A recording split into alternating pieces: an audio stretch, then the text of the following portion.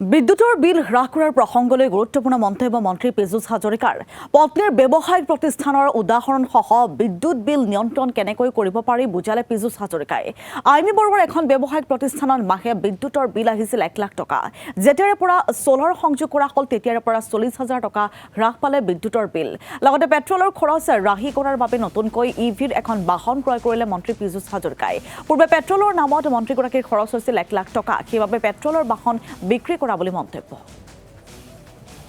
কিয় কাৰণে বিল এখন বেছি আছো এটা বেছি পেলাই মই আজি এখন ইভি লৈছো কালি কিয় লৈছো মোৰ 1 লাখ টকা মাহত তেলৰ পইচা বাচিব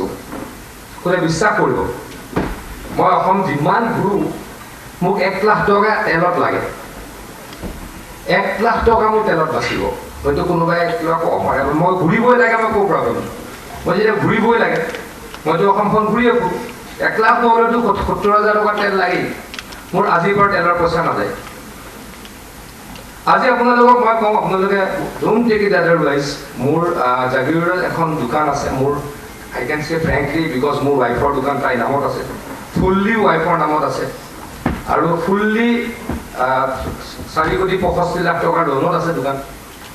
গতিকে মই অফেনলি ক'ব পাৰোঁ ফ্ৰেংকলি ক'ব পাৰোঁ মোৰ আপত্তি নাই তাতে লাইটৰ বিল 1.5 লাখ টকা আহিছিলে লাইটৰ বিল 1.5 লাখ টকা আহিছিলে আমি অৱশ্যে যেহেতু সাবসিডি নলওঁ সাবসিডি ল'লে মানুহে বেয়া পায় সাবসিডি নলওঁ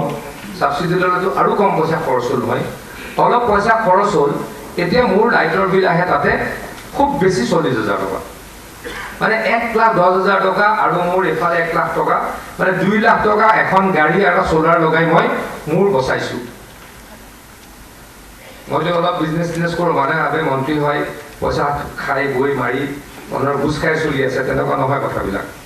মই নিজে খেতিও কৰোঁ নিজে ব্যৱসায় কৰোঁ দুটা উদাহৰণ মাত্ৰ দিলোঁ